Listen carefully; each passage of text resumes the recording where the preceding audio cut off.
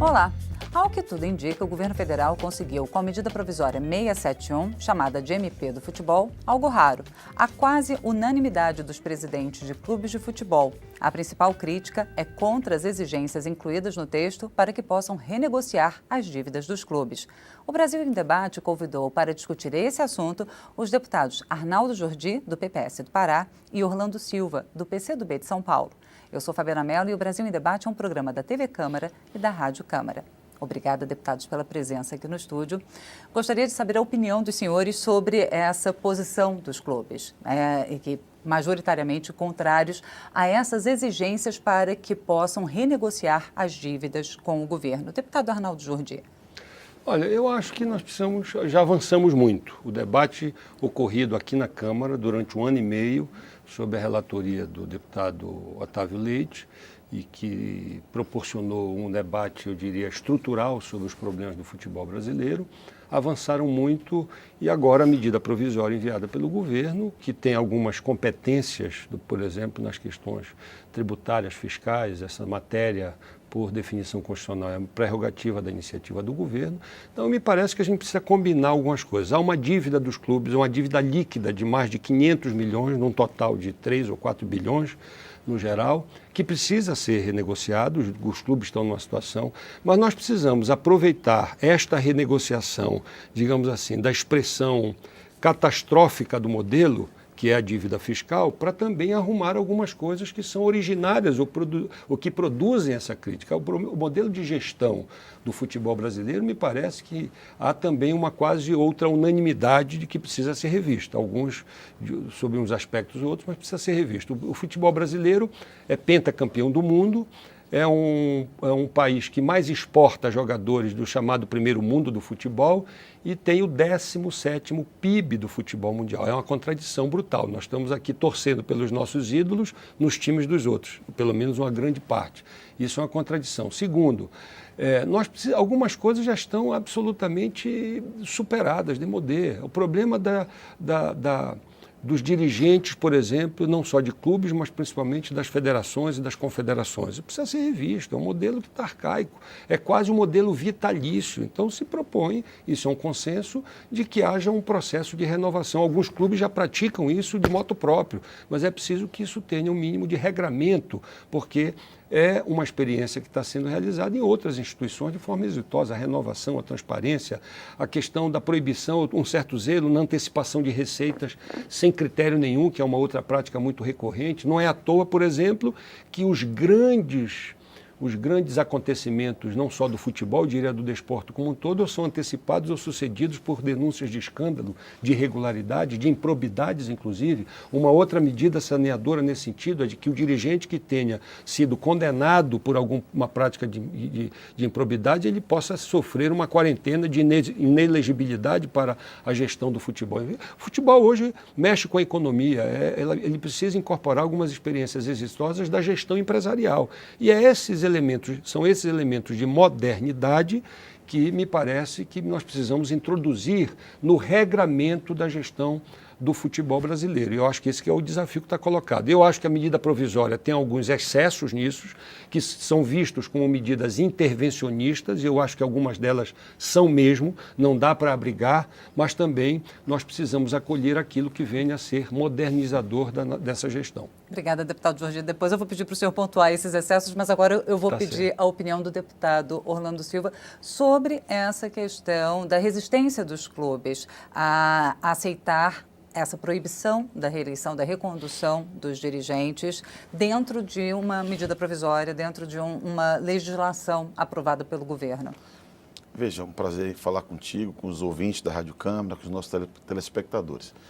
Eu penso que a medida provisória 671, que é a medida provisória do futebol, é uma conquista do futebol brasileiro.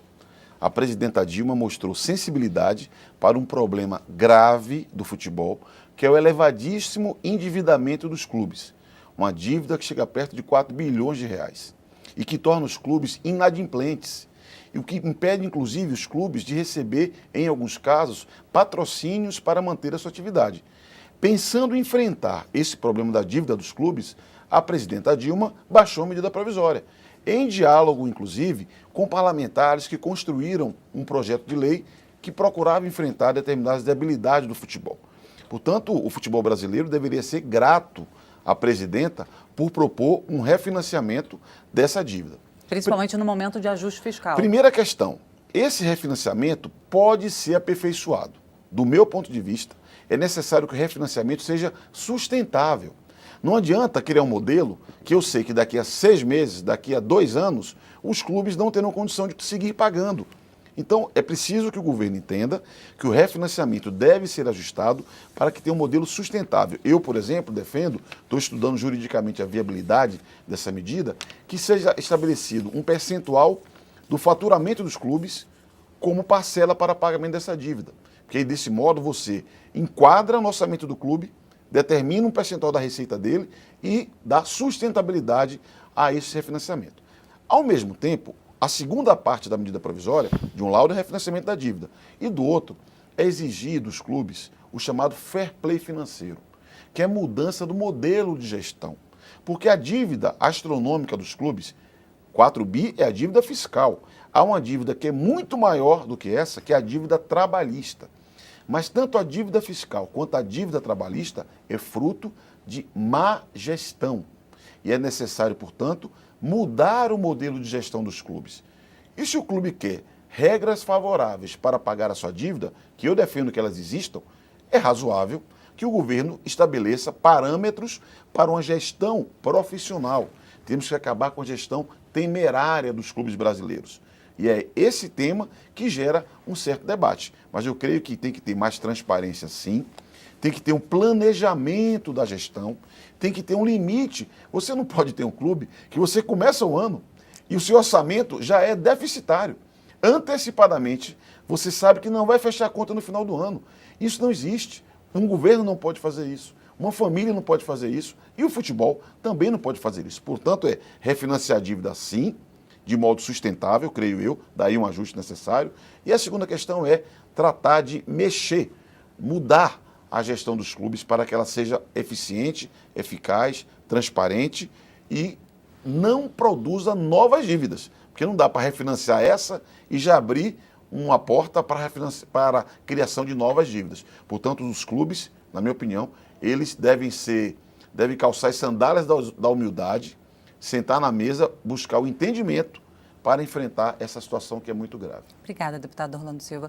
Agora, deputado Jordi, eu gostaria que o senhor pontuasse quais são os excessos que o senhor enxerga no texto da medida provisória. Alguns excessos. Eu acho, por exemplo, nós precisamos redesenhar o perfil da negociação da dívida.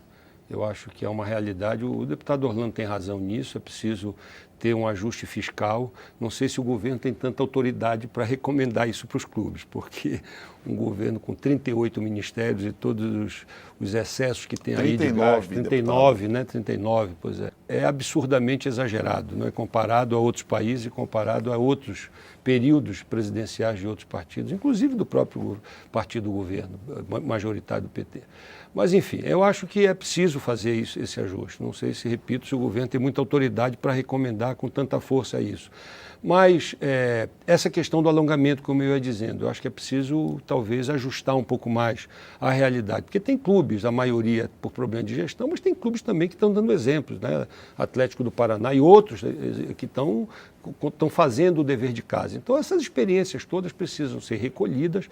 Acho que precisa ter um pouco mais de controle social, não necessariamente estatal, mas é preciso ter um controle. Os clubes não podem. A própria CBF, na minha opinião, e eu sei que eu divirjo de muitos, não pode ser uma entidade absolutamente alheia a qualquer tipo de controle. Ela mexe com uma economia brutal, ela mexe com o símbolo da brasilidade, do nacionalismo brasileiro. Nesse ponto, a Essa CBF história de pode ser regulada por uma legislação eu não federal, digo que regulada, sendo uma entidade privada? Mas as suas afiliadas que recebem partidas e contrapartidas públicas têm a obrigação de. E, por consequência, a CBF também precisa. Qual é o problema de se ter transparência? Hoje precisa ter transparência dentro de casa. Nossos filhos estão cobrando. Como é isso? Que história é essa? Como é que você disse um negócio ali e agora está fazendo outro? A transparência não é um modelo que possa servir a este ou aquele ente. A transparência é uma exigência da sociedade moderna, principalmente da sociedade em tempo real, em que não se esconde nada. Então eu não sou muito adepto de que a CBF é uma coisa absolutamente intocada, até porque este conceito de intocabilidade da CBF deu no que deu. Vitaliciedade de gestão, denúncias gravíssimas de malversação e outras coisas. Assim. Então, eu acho isso o futebol brasileiro não merece isso. Nós podemos estar num outro patamar de desempenho e de gestão infinitamente melhor do Agora, que isso. deputados, desde 2001, quando houve uma comissão parlamentar de inquérito, justamente para investigar convênios de patrocínios entre CBF e uma empresa de material esportivo, não houve, inclusive, a votação do relatório final daquela comissão. Desde aquela época, o Congresso tenta aprovar uma legislação que aperfeiçoe a gestão dos clubes de futebol. Como regular uma entidade que não é pública, né? Como fazer com que os campeonatos promovidos por essa entidade sejam submetidos à legislação, como, por exemplo, só podem participar dessa disputa os clubes que façam, então, a renegociação da dívida, que estejam com as finanças equacionadas com o governo? Olha, tem um conceito, no Brasil a gente peca muito, porque nós discutimos caso específico, personagem, entidade, e não debatemos conceito.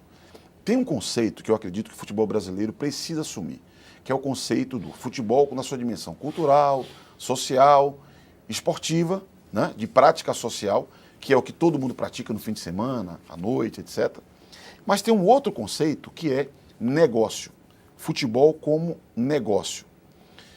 Futebol é um tema no Brasil, é um tema de interesse público difuso.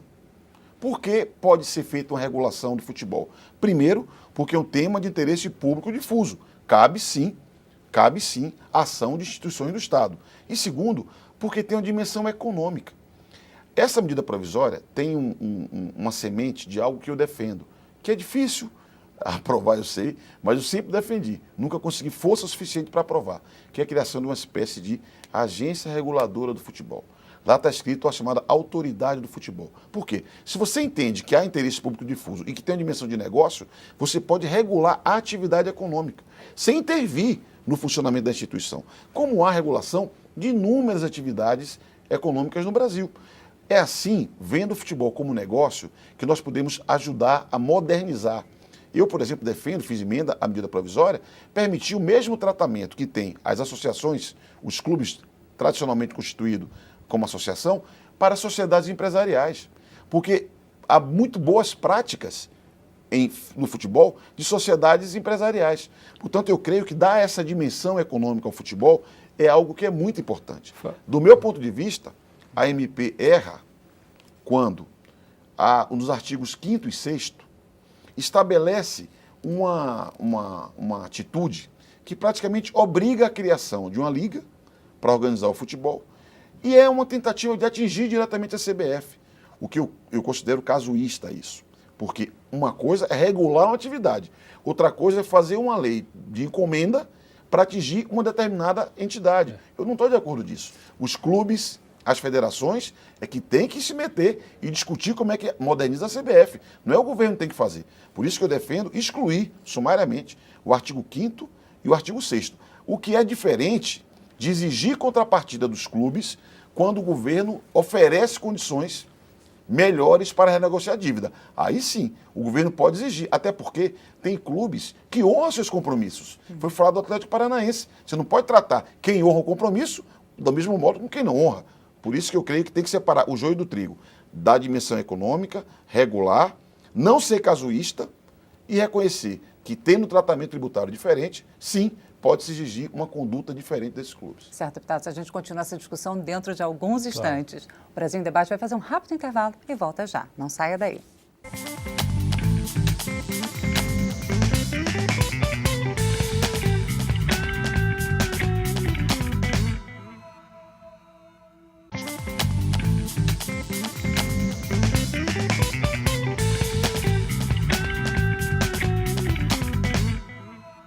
Voltamos a apresentar o Brasil em Debate. Eu sou Fabiana Mello e converso hoje sobre a MP do futebol com os deputados Arnaldo Jordi, do PPS do Pará, e Orlando Silva, do PCdoB de São Paulo.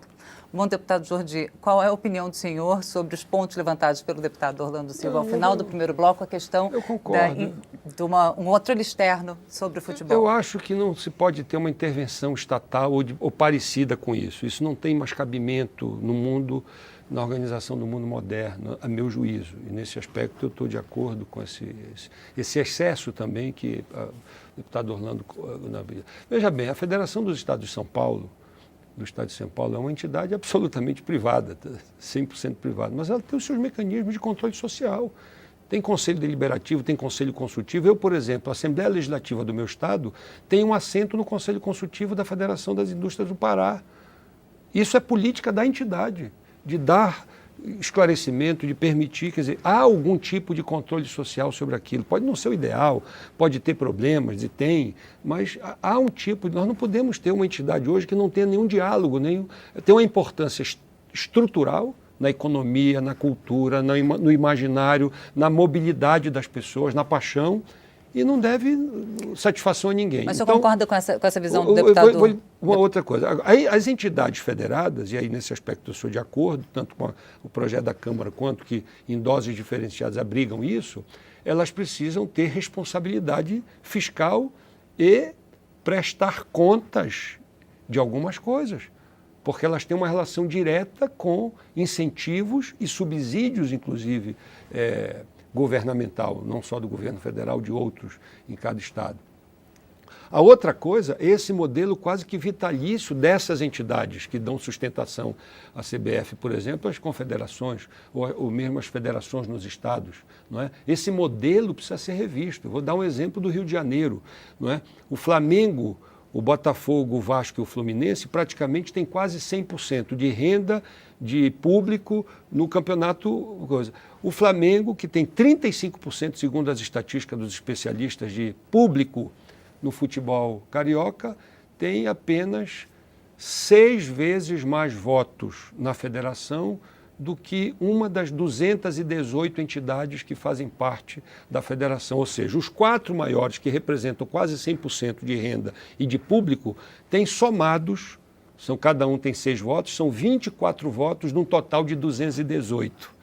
Tá certo? Então, esse modelo é absolutamente distorcido, o que significa o encastelamento quase que vitalício dos dirigentes. Eu não estou aqui fazendo juízo de valor desse ou daquele dirigente, eu estou dizendo que a estrutura precisa ser arejada, a estrutura precisa ser alterada, para que a gente possa ter um mínimo de alternância e transparência, não é? Nesse regramento, porque senão gera as distorções que está aí. Várias federações com dissidência, com disputas, com sinecuras de toda ordem.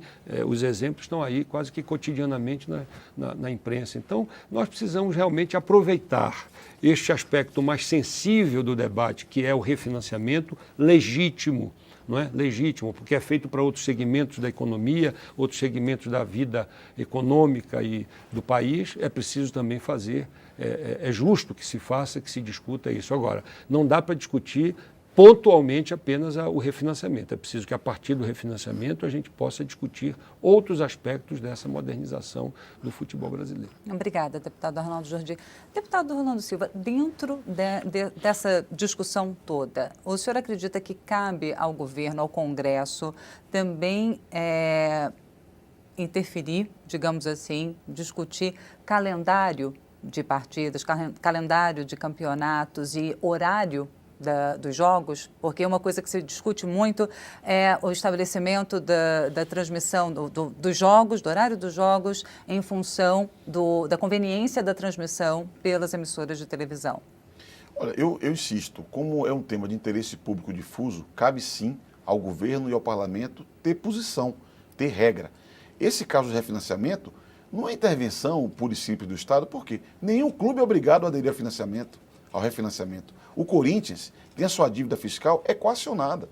Agora, se precisa de um refinanciamento em condições vantajosas, que sigam a regra de governança diferente, para não produzir uma outra dívida. Então, para mim, isso é cristalino, por isso que as contrapartidas dos clubes, elas são fundamentais para que elas aconteçam. E eu creio que é que se tem um órgão fiscalizador. Se não houver um órgão que fiscalize o cumprimento, essas regras vão ficar para trás. Já o aspecto esportivo, eu considero que essas entidades elas devem ter autonomia. O horário que vai ser o jogo tem que ser em função de uma estratégia. Olha, no mundo inteiro é igual. A receita dos clubes vem de televisão, direitos de transmissão, licenciamento de produtos e marketing, transferência de atletas e bilheterias. São 4 fontes de financiamento no mundo inteiro. E há que se ter uma decisão dos torneios e dos clubes, levando em conta a estratégia financeira desse torneio. Então, o horário tem a ver com a TV? Tem que dialogar com a TV. Não é desprezível isso, né? Tem que ver a conveniência do público, a chegada, a saída do público, para garantir a bilheteria, que é uma fonte muito importante. Horário. Por isso que eu creio que esse é um tema que, aí sim, não cabe intervenção do Estado. Aí sim, é a dimensão econômica. E o interesse do torcedor, que é também um consumidor, que deve ser mediado pelos vários clubes. Outra coisa que mereceria uma atenção do Estado, uma preocupação mesmo desse parlamento, diz respeito a um problema, talvez dos problemas mais graves do futebol brasileiro ao lado da gestão. Qual é? Aqui tem poucos clubes que jogam muito e muitos clubes que jogam pouco. Porque a realidade do Brasil é que a grande maioria dos milhares e milhares de clubes, das centenas de milhares de atletas, participam de torneios por 3 meses. E poucos clubes, algumas dezenas, disputam torneios durante o ano inteiro. Isso não é desse modo no mundo inteiro. Nos principais centros de futebol do mundo, você tem torneios durante todo o ano, várias divisões, torneios regionais. Esse é um tema que o parlamento brasileiro deveria se dedicar, dialogar com a CBF, com as federações, com os clubes. E eu sou defensor de que nem tudo vai ser resolvido com lei. Eu sou defensor de que o governo procure as entidades do futebol e firme certos pactos, certos entendimentos, sobretudo para tratar de temas que têm natureza esportiva e também têm interesse público, como é esse caso concreto que eu falo do calendário do futebol brasileiro, para romper com essa lógica e colocar mais clubes disputando mais jogos, o que vai abrir mais mercado de trabalho, o que vai permitir a fruição da paixão nacional por mais gente no Brasil inteiro. Porque o Brasil não é só o Rio de Janeiro, São Paulo, não é só a Série A. O Brasil tem centenas de outros clubes que merecem a mesma atenção. Obrigada, deputado Orlando Silva. Qual a opinião do senhor sobre essa questão, deputado Arnaldo Jordi, do calendário? Esse é um desafio. Por exemplo, há 2 semanas atrás, aproximadamente, salvo uma exceção ou outra, encerraram-se os campeonatos estaduais. Não é?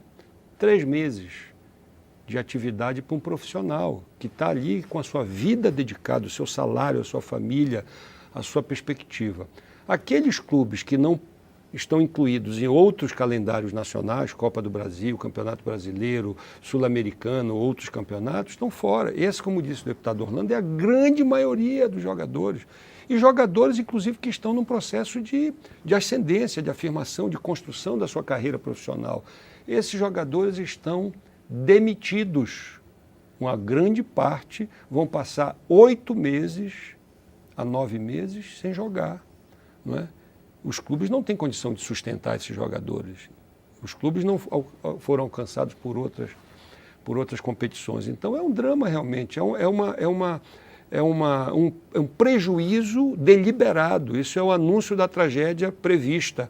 Não é? Então nós precisamos realmente, não pode haver a quase exclusividade de predominância de interesses quando você tem vários atores em jogo, como foi dito também, aí eu concordo. Você tem as empresas de televisão que têm uma participação importante nisso, você tem os clubes, você tem o usuário, seja ele da televisão ou da arena, que comparece fisicamente. Esse usuário tem os jogos durante a semana, esses usuários estudam, trabalham, quer dizer, é preciso compatibilidade. Então precisa pactuar, precisa ter um grande pacto de entendimento onde sejam mediados esses interesses todos em torno de uma coisa. Isso dá trabalho, isso numa sociedade democrática exige muita negociação, muito debate, não pode ser apenas o império da prevalência de meia dúzia de clubes, de grandes clubes, não é? que E do interesse das emissoras. e das emissoras, se acertam com as emissoras, como se diz na linguagem popular, os grandes clubes, e o resto fica à deriva desse processo. Nós precisamos rever isso. Agora, deputados, assim, havendo campeonatos regionais ampliados, havendo novas competições, também com outros horários de jogos, como os senhores estão pontuando, haveria um retorno de famílias aos estádios também, e isso poderia pôr em uso, inclusive, estádios construídos para a Copa que hoje não estão sendo utilizados de maneira rentável, estão acumulando prejuízo, como as arenas de Natal, do Pantanal, da Amazônia e o próprio Mané Garrincha aqui em Brasília, não é mesmo, deputado Orlando Silva? É um outro assunto. Eu sou defensor de arenas de última geração, porque o Brasil tem mercado, tem espaço para atividades não só do futebol, mas para outras atividades. Eu poderia dar o exemplo de São Paulo. Você tem lá o Palmeiras, que é uma arena que não tem nada a ver com Copa do Mundo, que é altamente rentável. No Rio Grande do Sul, tem exemplos de arenas altamente rentáveis. Eu falo que é um outro assunto, porque quando do debate da Copa do Mundo, eu participei desse debate. Eu defendi que houvesse a Copa do Mundo na Amazônia, eu defendi que houvesse Copa em Manaus e em Belém. Por quê? Porque, do meu ponto de vista, nós temos que nacionalizar o evento, projetar esses destinos turísticos no mundo inteiro. Agora, eu defendia o modelo inglês. A Inglaterra, para os Jogos de Londres, construiu arenas que depois foram desmontadas. É mais barato você fazer arenas e depois desmontá-las, atendendo a necessidade local, do que fazer elefantes brancos, como é o caso de Brasília, que nós combatemos até o fim, mas como o Brasil é uma federação, é assim a regra. O governador toma a decisão e realiza. No caso de Brasília, nós chegamos a colocar uma cláusula do BNDES que limitava financiamento a partir de determinado tamanho da arena. O que é que os governos fizeram? Estaduais colocaram o dinheiro deles, nem pegaram o financiamento do BNDES. Agora, eu creio que é importante, sim, nós batalharmos o alongamento do calendário. É importante, sim, atrair as famílias para os estádios, mas aqui também é um outro assunto. Porque o que tira a família do estádio é a violência. Há pesquisas que mostram que é necessário conforto, acessibilidade, mas, sobretudo, segurança nos espetáculos para que as famílias possam voltar. Bom, deputados, eu agradeço. O tempo da gente, infelizmente, já acabou, mas a gente fica devendo uma nova data para uma nova conversa sobre a questão dos elefantes brancos, os estádios da Copa que não estão sendo utilizados. Gravíssimo. Eu espero o retorno dos senhores aqui, então. Muito obrigada pela conversa, deputados. Eu estive com os deputados Arnaldo Jordi, do PPS do Pará, e Orlando Silva, do PCdoB de São Paulo. Obrigada a você que nos acompanhou até agora. Eu sou Fabiana Mello e espero você numa próxima oportunidade. Até lá.